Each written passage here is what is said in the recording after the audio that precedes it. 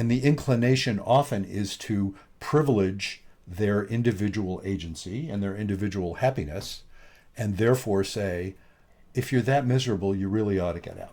Right. And even if you're not literally saying that, that's often the bias. And that, I think, is the bias. There's a lot of our culture that has that sort of individualistic bias. It's like, if you're not happy, you're really, don't you deserve to be happy?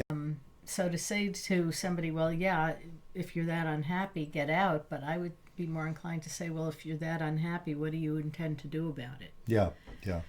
It's interesting because, that notion that when you're working with an individual, you only get one side of it. Of course, that's true. And I think, and they often conflict. And I am just utterly convinced that they're both true. Oh, of course, because whatever you're experiencing, that's your reality and not necessarily your partner's reality.